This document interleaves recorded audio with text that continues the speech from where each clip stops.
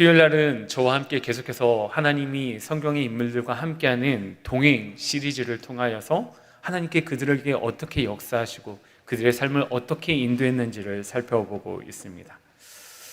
하나님과 동행하는 성경의 위대한 인물들을 보면서 그들의 특징을 살펴보게 되면 한 가지 특징이 나오는데, 그것은 하나님께서 그들과 언약을 맺으시고 그들의 신앙과 삶의 모습과는 상관없이 신실하게 그 약속을 지키시고 이루어 가시는 하나님의 모습을 볼 수 있다라는 것입니다. 다시 말해서 우리가 닮아가고 싶고 배우고 싶어하는 그들의 신앙과 믿음은 그들 스스로가 만들어낸 결과물이 아니라 하나님의 열심으로 인한 결과물이라는 것이죠. 이것을 생각해 보면 우리에게도 소망이 있다라는 것입니다. 왜냐하면 어찌 보면 지극히 평범한, 또 한편으로는 평범 이하일지도 모르는, 물론 모두가 그런 것은 아닙니다만 대부분의 성경 인물들의 믿음의 대가로 만드신 분이 하나님이시고, 그 하나님이 지금도 살아계셔서 우리와 함께 하시면서 우리를 하나님의 손으로 빚으시고 만들어 가시는 여정 가운데 우리가 놓여 있기 때문입니다. 내가 나의 뜻대로 내 마음대로 할 수 있는 것이 아니라 하나님을 내 삶의 주인으로 모시고 내 삶의 주도권을 하나님께 내어주고 하나님의 손에 붙들려 가는 것이 은혜임을 깨달으시기 바랍니다. 지난 시간에 우리는 아브라함의 등을 보며 자라온 청년 이삭의 모습을 살펴보았습니다. 하나님께서 아브라함에게 이삭을 번제로 바치라는 명령을 들었을 때 아브라함은 일말의 망설임 없이 순종하는 모습을 우리는 볼 수 있었습니다. 자신의 사랑하는 독자 이삭을 제물로 바치기로 결정한 아브라함의 마음속에는 죽일 수 있는 하나님은 살릴 수도 있다라는 하나님을 향한 믿음이 자리했기 때문에 힘들고 어렵지만 결국 순종의 길로 나아갈 수 있었습니다. 그래서 히브리서 11장 17절에는 이렇게 말씀하고 있죠. 아브라함은 시험을 받을 때에 믿음으로 이삭을 드렸으니 그는 약속들을 받은 자로 돼 그 외아들을 드렸느니라. 믿음으로 그의 아들 이삭을 드린 아브라함에 대해서 히브리서는 이야기하고 있습니다. 그 결과 아브라함의 믿음이 하나님께 인정받을 수 있게 되었습니다. 그리고 그 자리에 있었던 또 한 명을 보아야 합니다.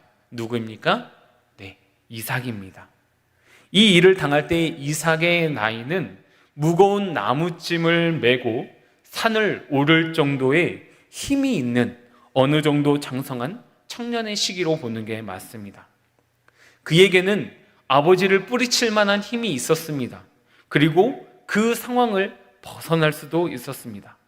그럼에도 불구하고 그 역시 하나님의 말씀에, 그리고 아버지의 말씀에 순종하는 모습을 보여줍니다. 과연 그 아버지의 그 아들이라고 할 수 있습니다. 부전자전입니다.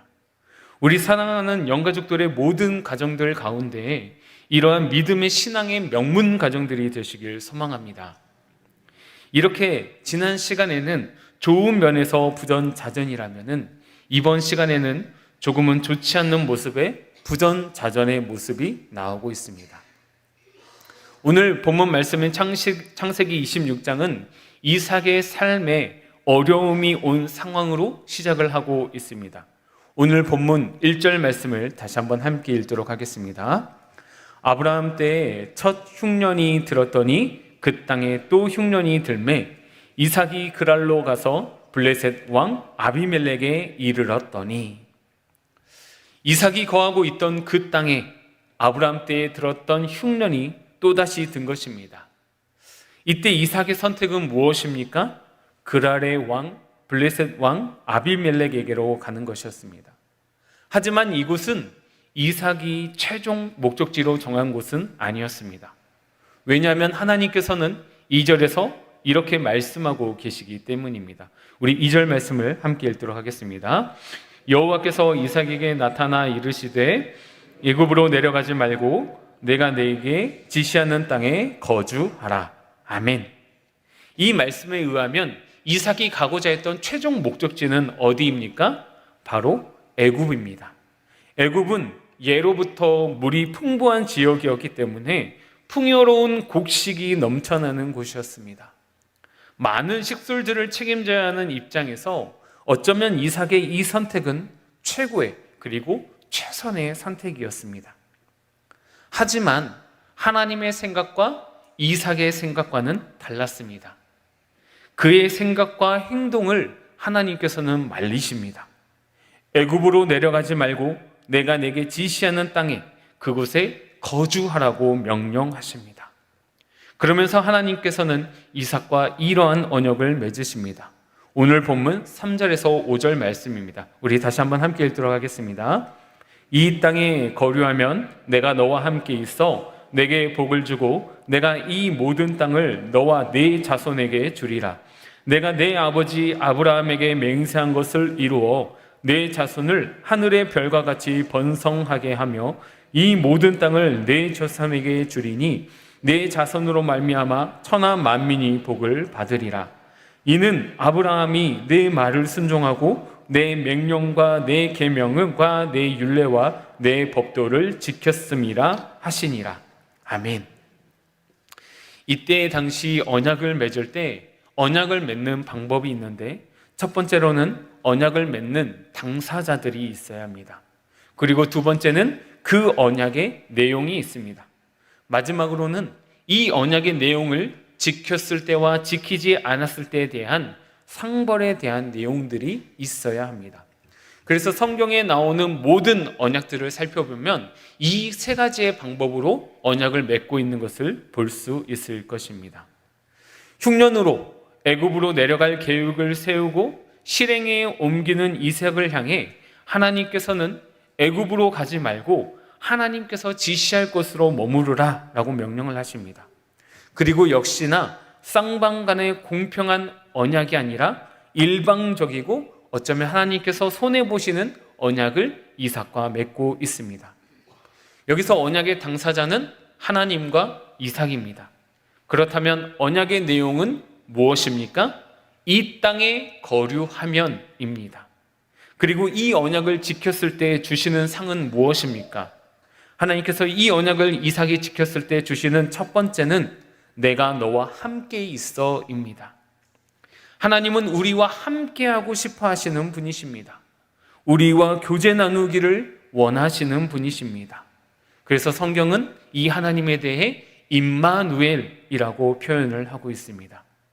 죄로 인해 교제가 끊긴 그 순간에도 하나님께서는 어떻게 하십니까? 우리와 함께하기 위해 구원 계획을 세우시고 예수 그리스도를 이 땅에 보내심으로 하나님의 구원 사역을 완성하시는 분이십니다. 그래서 시편 73편 28절에 보면 하나님께 가까이함이 내게 복이라.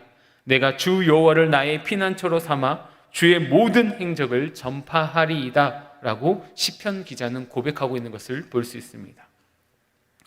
하나님께서 이삭에게 명령한 것을 순종했을 때 주시겠다라고 약속한 두 번째 상은 무엇입니까? 복을 주고입니다. 이 복은 어떤 복입니까?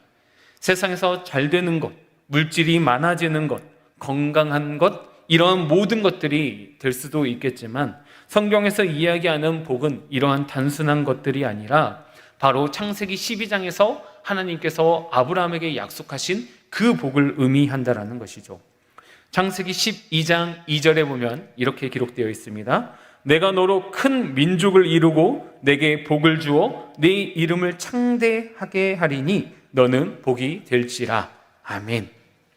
하나님께서 아브라함을 통해 복을 주시고 복이 될 것이라고 말씀하고 있는 이 복이 의미하고 있는 것은 바로 아브라함의 후손을 통해서 이 땅의 모든 인류를 구원할 메시아인 예수 그리스도께서 태어날 것을 의미하는 것입니다. 그리고 세 번째는 자손을 하늘의 별과 같이 번성하게 하며 이 모든 땅을 내 자손에게 주시겠다라고 말씀하시는 것입니다. 이는 아브라함에게 하신 약속을 다시 한번 그의 아들 이삭에게 상기시켜 주면서 아브라함과 맺은 언약이 이삭을 통해서 그리고 계속해서 이어져 나갈 것이라고 이야기하고 있는 것입니다. 그런데 여기서 한 가지 드는 의문은 이 언약을 이삭이 불이행했을 때에 대한 벌은 없다라는 것입니다. 다시 말해서 언약을 맺으신 주체자도 하나님이시고 이 언약을 맺고 이 언약을 이루시는 분도 하나님이라는 것이죠. 그러니까 이 언약은 어떻게 되는 것입니까? 하나님께서 친히 실행하시기 때문에 절대로 실패할 수 없다라는 것을 나타내고 있는 것입니다. 그렇기 때문에 이 언약이 불이행되었을 때 주어지는 벌이 있습니까? 없습니까? 없는 것입니다. 아브라함을 통해 맺은 언약을 신실하게 이행해 오셨던 것처럼 그의 아들 이삭과 같은 언약을 맺고 그 언약을 대에 이어서 신실하게 이루어 가실 것을 약속하고 있는 것입니다. 그리고 이 언약을 맺은 이삭은 어떻게 합니까? 6절에 보니까 이삭이 그 아래 거주했다라고 하면서 하나님의 말씀에 순종하는 모습을 보여주고 있습니다. 우리가 이 세상을 살아가다 보면은 때로는 하나님의 말씀보다 우리의 상황과 환경과 조건이 더 우선시 되는 경우들이 종종 있습니다. 그럼에도 불구하고 우리는 언제 어느 때나 하나님의 말씀을 우선순위에 두고 살아가려는 몸부림침이 있어야 합니다. 왜냐하면 우리가 믿는 하나님은 이 세상 모든 만물을 창조하시고 다스리시는 분이시기 때문입니다. 우리가 힘들고 어려운 상황 가운데서도 하나님께 붙들린 삶을 살아간다면 결국 우리의 삶을 책임져 주시는 분이 바로 하나님이시기 때문입니다. 왜 우리에게 때로는 어려움과 고난과 환난을, 역경을 주시는지 모릅니다. 하지만 분명한 것은 이러한 시간 속에서도 우리를 향한 하나님의 일하심과 역사하심은 여전히 계속되고 있다라는 것입니다. 그렇기 때문에 사랑하는 영가족 여러분, 하나님의 말씀 안에 거하는 삶이 되시기를 바랍니다. 우리의 시선이 세상이 아닌 하나님을 향한 시선이길 바랍니다. 우리가 어떠한 형편에 놓여 있든지 하나님의 말씀 안에 거할 때, 하나님의 말씀에 순종할 때 우리를 향한 하나님의 언약이 성취되심을 믿으시기 바랍니다. 이렇게 신실하신 하나님의 은혜를 경험한 이삭은 하나님의 말씀에 순종합니다. 그렇다면 성경의 이야기 흐름상 다음 내용은 무엇이 나와야 합니까? 당연히 하나님께서 이루어 주신 은혜와 복에 대한 내용이 나와야 합니다. 예를 들면 이런 것들이죠. 흉년이 들었으나 하나님의 명령에 순종해 그 땅에 머무른 이삭에게 하나님께서 은혜를 베푸셔서 그해 많은 것을 거두었다. 이런 이야기가 순서상 와야 하는 것이 맞습니다. 그런데 7절에서 전혀 엉뚱한 이야기가 나오기 시작합니다. 오늘 본문 7절 말씀을 함께 읽도록 하겠습니다. 그곳 사람들이 그네 아내에 대하여 물으매 그가 말하기를 그는 내 누이라 하였으니 리브가는 보기에 아리따움으로 그곳 백성이 리브가로 말미암아 자기를 죽일까 하여 그는 내 아내라 하기를 두려워함이었더라. 아멘. 제가 왜 부전자전 2라는 제목을 줬고 오늘 지난 시간과 달리 좋지 않는 모습의 부전자전 이야기라고 했는지 이해가 되십니까? 6절에서 끝났다면 역시 믿음의 조상 아브라함의 자녀인 이삭은 달라도 뭐가 다르다라는 것을 평가받을 수 있을지도 모르겠습니다. 하지만 7절이 있음으로 인해서 우리는 안심할 수 있습니다. 아, 그 역시 우리와 성장이 똑같은 사람이구나 라고 안심할 수 있는 것이죠. 그러면서 우리는 하나님께 감사한 마음을 가질 수 있습니다. 왜냐하면 이렇게 부족하고 연약한 우리를 하나님의 자녀 삼으시고 하나님의 구원 역사에 우리를 동참시키시고 결국 그리스도의 장성한 분량에까지 이룰 수 있도록 우리를 빚으시고 만들어 가시기 때문입니다. 아브라함이 될 수 있었던 이유, 이삭이 약속의 자녀가 될 수 있었던 이유, 이 모든 것은 하나님께서 그렇게 만들어 가셨고 이들을 만드시고 이끄셨던 것처럼 우리 또한 동일하게 만들어 가시고 이끄실 것이기 때문입니다. 하나님의 은혜를 그리고 확실한 언약을 받은 이삭의 모습은 지금 어떠합니까? 전능하신 하나님께서 내가 너와 함께 할 것이다 라고 그 분명한 약속을 받았음에도 불구하고 그는 사람을 두려워하는 모습들을 보여주고 있습니다. 그 이유는 자신의 아내인 리브가가 아름다웠기 때문에 그 아름다운 부인으로 말미암아 자신이 죽고 그의 아내를 다른 사람들에게 빼앗길까 봐였습니다. 놀라운 것은 이와 같은 행동을 한 사람이 이삭 한 사람이 아니라는 것이죠. 우리 창세기 12장 11절에서 13절 말씀을 좀 함께 찾아보도록 하겠습니다. 창세기 12장 11절에서 13절 말씀입니다.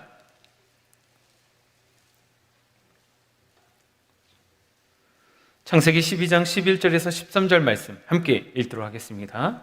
그가 애굽에 가까이 이르렀을 때에 그의 아내 사레에게 말하되 내가 알기에 그네는 아름다운 여인이라.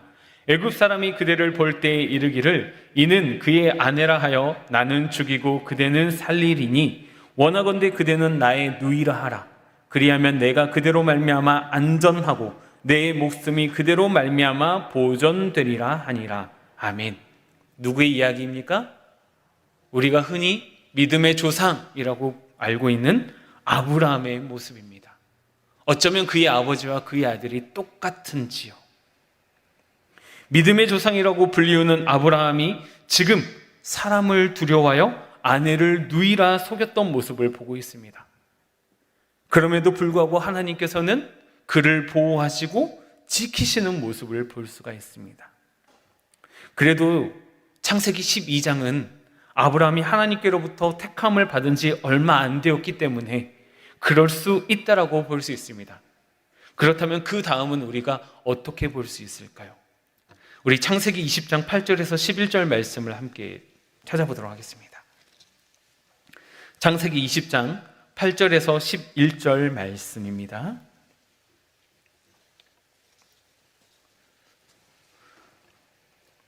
창세기 20장 8절에서 11절 말씀 함께 읽도록 하겠습니다. 아비멜렉이 그날 아침에 일찍 일어나 모든 종들을 불러 그 모든 일을 말하여 들려주니 그들이 심히 두려워하였더라. 아비멜렉이 아브라함을 불러서 그에게 이르되 내가 어찌하여 우리에게 이렇게 하느냐? 내가 무슨 죄를 내게 범하였기에 내가 나와 내 나라가 큰 죄에 빠질 뻔하게 하였느냐? 내가 합당하지 아니한 일을 내게 행하였도다 하고 아비멜렉이 또 아브라함에게 이르되 내가 무슨 뜻으로 이렇게 하였느냐? 아브라함이 이르되 이곳에서는 하나님을 두려워함이 없으니 내 아내로 말미암아 사람들이 나를 죽일까 생각하였음이요. 아멘. 무슨 내용입니까? 12장과 마찬가지로 20장에서도 그의 아내 사르로 인하여서 죽을 것을 두려워한 아브라함이 그의 아내를 누이라 속이고 또 있는 장면입니다. 창세기 12장에서는 아직 아브라함이 하나님에 대한 믿음이 약한 시기이기 때문에 한 번은 그럴 수 있다고 쳐도 어떻게 두 번이나 이럴 수 있을까요? 심지어 두 번째 사건이 일어난 것은 창세기 20장입니다. 이때쯤이면 아브라함은 창세기 17장에서 할례 언약도 맺고 하나님의 신실하심과 자신을 어떠한 상황에서도 지키시고 보호하시고 인도하시는 하나님에 대해 어느 정도는 알고 깨닫고 그 다음에 그 정도의 믿음은 있는 시기라고 할 수 있습니다. 그럼에도 불구하고 그는 여전히 하나님보다 사람을 두려워하고 있는 모습을 보여주고 있다는 것이죠. 그리고 지금 이와 똑같은 모습을 그의 아들 이삭이 보여주고 있는 것입니다. 그것도 확실한 하나님의 언약의 말씀을 듣고 나서입니다. 그래도 아브라함은 두 번이나 그랬는데 이삭은 한 번밖에 안 했으니까 그나마 낫다라고 할 수 있을까요? 어쩌면 그 아버지의 그 아들인지 좋은 것도 좋지 않은 것도 똑 닮았습니다. 이것이 바로 우리가 가지고 있는 한계가 아닐까 싶습니다. 이를 통해 우리가 알 수 있는 것은 이 세상에 완전한 사람은 없다라는 것입니다. 누구에게나 부족한 부분이 있고 모자란 부분이 있고 약한 부분이 있다라는 것이죠. 그렇다고 해서 우리의 잦은 실수나 넘어짐으로 낙심하고 낭망할 필요가 없다라는 것입니다. 우리가 볼 때 완전해 보이는 아브라함조차도 실수할 때가 있었고 어려서부터 대단한 믿음을 보인 이삭조차도 넘어질 때가 있었습니다. 불완전하고 실수투성이의 인생입니다. 하지만 누가 이들을 완전하고 온전함으로 이끄십니까? 바로 하나님이십니다. 하나님께서 이들을 그렇게 만들어 가셨던 것처럼 우리 또한 그렇게 만들어가고 계시며 이루어가고 계시는 것입니다. 그렇기 때문에 우리는 여전히 현재 진행형 인생인 것입니다. 그러니 실수와 넘어짐으로 인해 자책하며 낙심하지 마시기 바랍니다. 하나님께서는 그러한 우리를 다시 일으키시고 이끄십니다. 그리고 하나님의 행하실 일을 기대하면서 하나님의 손에 붙들려 한 걸음 한 걸음 나아가며 하나님과 동행하는 삶을 사시는 은혜의 삶이 여정이 되시길 바랍니다. 그리고 우리 주위를 한번 둘러보시기 바랍니다. 실수와 넘어짐으로 인해 낙심하고 낭망하는 지체들이 있다면 그들의 손을 잡고 일으켜주고 격려해 주실 수 있는 영가족들이 되시길 바랍니다. 왜냐하면 오늘의 나는 실수하고 넘어지지 않았다고 할지라도 내일의 나 역시도 실수하고 넘어질 수 있는 인생이기 때문입니다. 저는 실수에 대한 트라우마가 되게 많이 있는 사람이었습니다. 하나의 실수를 하면 그것이 나의 강박관념이 되어 실수하지 말아야지 그 관념이 결국에는 저를 또 실수의 사람으로 만드는 것입니다. 그때마다 저는 나는 왜 이것밖에 안 되지? 왜 나는 이 모양밖에 되지 않는 거지? 그렇게 한탄하며 제 자신을 자책할 때가 되게 많았었습니다. 그때마다 제가 불렀던 찬양이 있습니다. 그 가사를 제가 한번 불러드리겠습니다. 이 가사를 한번 깊이 생각해 보시기 바랍니다. 실수하여 힘을 잃고 피곤하여 지칠 때, 자신에게 실망하여 고개가 떨궈질 때, 반복되는 잘못에 기운을 잃고 말 때, 더 이상 기도마저 드릴 자신이 없을 때, 하나님, 왜 나를 이렇게 연약한 존재로 지으셔서 나를 낭망케 하시나요? 내가 내 안에 착한 일을 시작했노라. 또한 내가 이루리라. 너의 영혼 낭망치 말고 나를 바라라. 너를 아름답게 하리라. 내가 내 안에 착한 일을 이라는 찬양입니다. 기회가 되신다면 한번 찾아서 들어보시기 바랍니다. 말씀을 마치겠습니다. 사랑하는 영가족 여러분, 아브라함을 통해 이삭을 통해 거룩하신 하나님의 역사를 이루어 가시는 하나님께서 지금 이 시간 우리가 생각할 때 부족하고 모자란 우리들을 통해서 하나님의 역사를 이루어 가고 계심을 믿으시기 바랍니다. 나를 붙드시고 만들어 가시는 하나님의 손에 붙들려 동행하는 은혜와 복이 있는 삶이 되시길 소망합니다. 그래서 후에 아브라함과 같이, 이삭과 같이, 우리와 같은 동일한 은혜와 믿음의 자리에서 또 가장 높은 곳에서 하나님을 영화롭게 하는 우리의 은혜의 삶, 믿음의 삶이 되시기를 소망합니다.